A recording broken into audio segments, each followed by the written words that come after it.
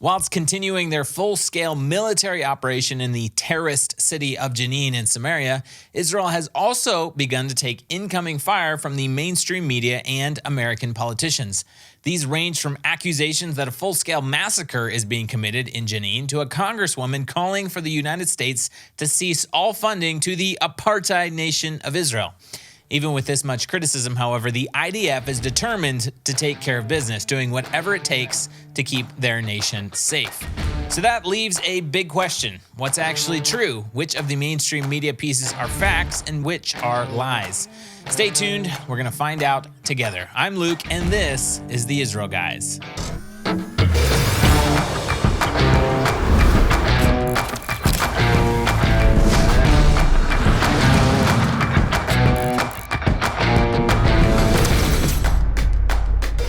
Hello and welcome to the Israel Guys, where we believe that in a world of anti-Israel propaganda and Jew hatred, you should have a direct connection to the land and people of Israel. For all of the Americans, myself included, everybody here at the Israel Guys included, happy 4th of July.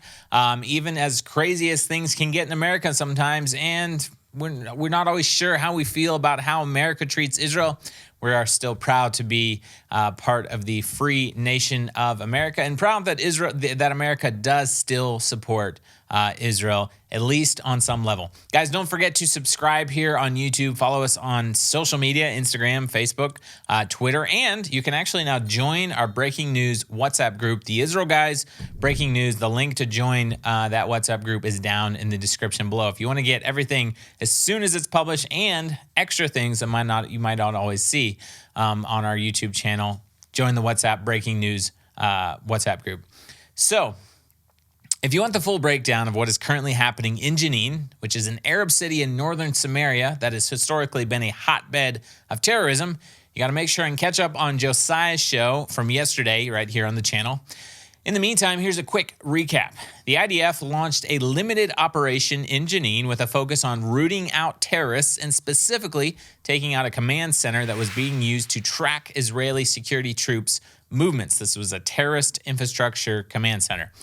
Initially, the IDF planned for this to be a 24-hour operation, but due to heavy resistance and fighting from terrorist organizations inside Jenin, they have now extended the operation to another 24 hours, and they've even said that they would be open to expanding the mission to other cities in Samaria if needed.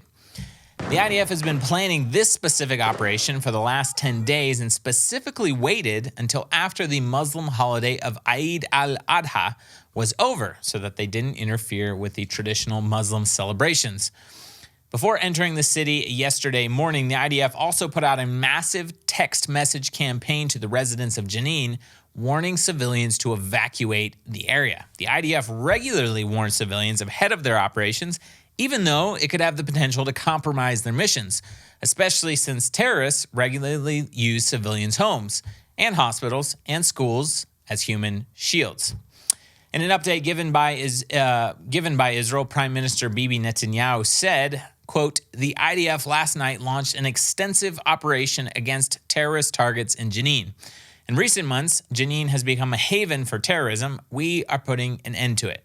Our forces entered Jenin into the nests of terrorists. They eliminate terrorists. They arrest wanted persons. They destroy headquarters and seize many weapons. And they do another thing. They destroyed laboratories on an almost industrial scale, laboratories from which they made explosives and IEDs intended for the slaughter and murder of Israeli civilians. They're doing all of this in one of the densest places on earth, and they're doing it with minimal harm to civilians up to this moment and no harm to those not involved. And this is the directive, to look after the security of our forces and also to avoid harming innocent people as much as possible." That was Prime Minister Bibi Netanyahu giving an update on the operation in Jenin. To date, there have been 8 Palestinian Arabs confirmed killed, with all of them also being confirmed terrorists. The IDF has stated that they know of no civilians who have been killed and emphasized that the goal of the mission is to eradicate terrorist nests and infrastructure in Jenin. Even as you're watching this video, you might see things that have come out since the recording of this video, but this is what's happening as of today, Tuesday, July 4th. While Israel and the IDF are so far hailing this strategic mission a success and hope to wrap up the mission in less than 24 hours, the mainstream media, social media users, and politicians are touting lies and propaganda about what is going on here in Judea and Samaria. A Washington Post headline, for example, from July 3rd reads, Israeli forces launch major operation in West Bank City, killing at least 8. U.S. Congresswoman Rashida Tlaib called for Congress to stop funding Israel's violent apartheid regime. Stick around to find out which headlines are true and which are just more propaganda and lies about Israel. Did you know that when you plant a tree, you are making an investment that will last for generations? Did you also know that when you plant a tree in the land of Israel, you are reversing thousands of years of desolation and taking part in the restoration of the land that was prophesied about in the Bible? We are currently in the middle of our 10,000 tree planting campaign and must reach our goal by July 25th so that our special ops group of volunteers doesn't run out of trees to plant. Right now, we have a dedicated team of 25 young people in Israel as part of our 6-week special ops volunteer program. They've already planted several thousand trees. If you want to make sure they don't run out of trees to plant, go to greeningisrael.com and sponsor a tree or more today. Make an investment in the land of Israel that can last for generations, fulfill biblical prophecy, and empower our special ops team to keep on planting. Go to greeningisrael.com or click the link down in the description below to sponsor your tree today. Okay, guys, so since this particular operation that Israel is conducting in Jenin, which is in northern Samaria, a lot of people consider that the West Bank. It's actually Judea and Samaria, Israel's heartland. So northern Samaria, which is a little bit north of where I'm sitting in the studio right now. Since this is a pretty major operation, I think sources are saying there was at least 1,000 IDF troops involved. There was drones, there was aircraft.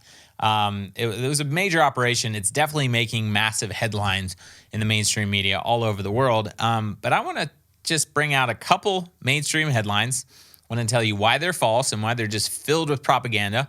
And then I'll have a couple headlines from one from politician Rashida Tlaib, U.S. Congresswoman Tlaib, and some Twitter users, because you can't forget the Twitter users. So Washington Post says, Israeli forces launch major operation in West Bank City, killing at least 8. So you see that headline as a normal person, whether you're pro-Israel, anti-Israel, whatever it is, that sparks some questions for you, right? You see that headline, what questions would you ask? Israel attacked the Arabs in the West Bank. Israel killed 8 civilians. Israel is the aggressor, just to name a few. You might have other questions that would pop into your mind because it is a very vague, misleading headline. Number one, it paints Israel as the aggressor launching a major operation in the West Bank. And number two, it says that they killed 8 people. Like if this article doesn't clarify, then you might assume they killed 8 civilians, right? So there's zero context in this article headline, and actually not a lot of context in the article itself. We'll link it down below if you want to check it out for yourself. There's nothing about terrorists, which is who all 8 of those people are. Who were killed. Nothing at all about terrorists. If at best they might call them like militants. They even call Hamas and Islamic Jihad, which are 2 of the biggest terror organizations in these areas. Hamas and Islamic Jihad, like designated terrorist organizations in many, many countries around the world. They call them armed. It actually says Hamas and Islamic Jihad armed factions, not terrorists, armed factions, okay? Meaning like they're factions that are defending themselves from the aggressive IDF, right? There was actually one good thing in their article, and that is they said, according to Israel, at least 50 attacks against Israelis have originated in Jenin, although they failed to call them terrorist attacks. They just said attacks. So I would say that's probably true, and if anything, it's probably an understatement because Janine is known as a hotbed of terrorism, hence the reason why the IDF is mounting such a big operation with the purpose of rooting out terrorism because more than 50 attacks, I think, I'm trying to remember that time frame, I think in the last 6 months or a year, have originated in Janine. I would say it's probably actually a lot more than that. Here's the CNN headline for you. Israeli forces launch biggest military operation in West Bank's Jenin since 2002. Now, the first sentence of this article, which we'll also link down below if you want to check it out, says that Israel invaded Jenin. I was looking at the first paragraph, right? This is all in the first paragraph. You ready? Israel invaded Jenin in the occupied West Bank and killed at least 10 Palestinians and wounded 100 others. Wow, that's a loaded paragraph, okay? You're watching CNN, you're reading a CNN article, and guess what? We're in the age of people that like to consume news and headlines in short little 1 or 2 sentences. You read the headline and the first 2 sentences and it says, Israel invaded Jenin in the occupied West Bank and killed 10 Palestinians and wounded 100 others, okay? That's it, right? Now, maybe if you happen to scroll down, you might get a few more details. But again, not much about actual terrorism, not much about how, Hamas and Islamic Jihad are using Jenin centers and civilian centers and actually religious sites. I just saw a headline while I'm recording about how they're actually using a mosque to store weapons and to launch attacks against the IDF. Something interesting in this CNN article was that a 16-year-old resident of Jenin named Duha Turkman spoke to CNN, and he said, "We were given 2 hours to evacuate the city." And speaking to CNN, they said, quote, "We ran out with people from the camp. So many children walked with their parents while terrified and crying. They didn't understand what was happening to them and why." Now, obviously CNN, obviously, if you can't see CNN's bias and things like this, then that's why I say obviously. But obviously, CNN wants you to take this quote from 16-year-old Duha from Janine as a negative thing against Israel. But I had a different reaction because note, like newsflash, Israel sent messages to the innocent civilians of Jenin telling them to evacuate. Who else does that in the world, right? They're saying, we had 2 hours to evacuate and it was so horrible. Yes, I agree. The side effects of terrorism are horrible. But Israel actually gave them a chance to leave and evacuate. Gave them 2 whole hours, which means that word also got around to the terrorists so that they could be ready for Israel to come in as well. Another tweet, something I pulled off Twitter. I don't even have the name of the Twitter user. It's down below, but a random tweet said, quote, "Jenin is bleeding." Broken heart emoji, by the way. "Kids are being massacred in the streets and ambulances blocked from getting to them. Palestinian lives are a tool to satisfy the fascist base of the government. Not because they're a majority, but because the majority, including the opposition, are silent."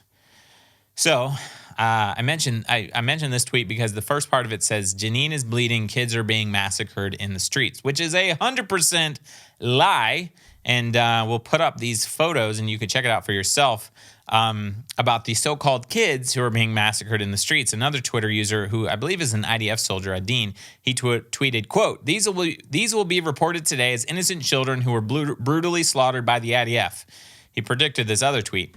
"These photos right here we'll put up on the screen are some of the supposed kids that were massacred." Well, guess what? They're not kids and they weren't massacred.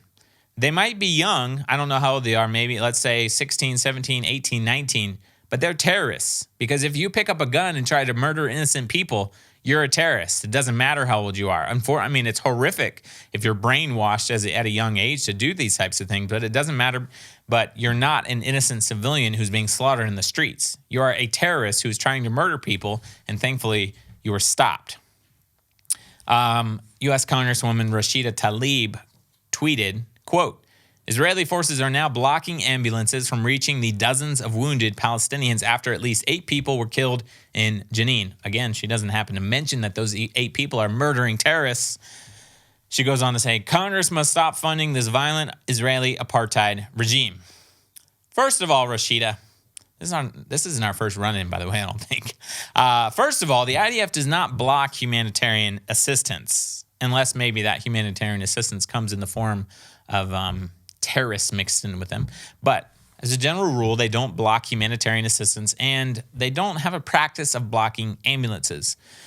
This tweet is definitely a blatant lie, especially considering that it came from Rashida. I think it came along with a video of like a random video of an IDF bulldozer clearing a street. Because why? Because an IED was exploded on an IDF convoy just a couple weeks ago in the same streets. And in the video, they had ambulances driving back and forth. So secondly, it is a known fact, and we have some of our own footage of this, as well as eyewitness reports, that terrorists use ambulances to their own advantage, hiding and escaping in them. Again, we've seen this with our own eyes. What happens? They have a riot. It's all Bollywood, cameras, lights, sound, camera action. Ambulances pull up. Somebody falls down on the ground. They load them in the ambulance, drive around the corner. They jump out completely fine. The ambulances go back and pick up more supposedly injured people. So, unfortunately, the ambulances are not always so innocent, and also been known to assist terrorists hiding weapons and murders while transporting them as well. So, no, I don't think it's true that the IDF was blocking ambulances from reaching wounded people, unless maybe there was like an isolated instance of an ambulance being blocked for a minute or two or something, or a short period of time. But the other thing you got to remember is that things are not always as they seem, even with humanitarian assistance and ambulances as well. So, wrapping up, one more tweet, and this is from Yosef Haddad, who is an Israeli Arab citizen of Israel. He's also an officer in the IDF. He happens to be a pro-Israel activist. Wrap your head around that, and make sure you don't explode if you're an anti-Israel, if you're an Israel hater, because this guy is an Arab officer in the IDF, and he's a Zionist, okay? He said on Twitter, quote, "A simple decision that shows the difference between the Palestinian terrorists and the IDF soldiers. The launch of the operation was already decided 10 days ago, and it was carried out only yesterday because Israel wanted to wait until the end of Eid al-Adha, Muslim holiday, in order not to harm the holiday for the residents of Jenin." Which, by the way, he goes on to say, is exactly the opposite of the Palestinian terrorists who go out mainly on Jewish holidays to carry out terrorist attacks. So there you have it. That's the update with the IDF operation in Jenin. By the time you watch this video or listen on podcast platforms, there might be more news and more headlines that are making their way around the world. You guys also saw it. CNN, Washington Post, Rashida Tlaib, get your act together and stop spouting propaganda and lies about Israel and the IDF. Guys, right now it is very important to keep Israel and especially the IDF in your prayers. If you want to directly support Israel, especially the biblical heartland during turbulent times like these, please join our tree planting campaign by going to greeningisrael.com and sponsoring as many trees as you are possibly able.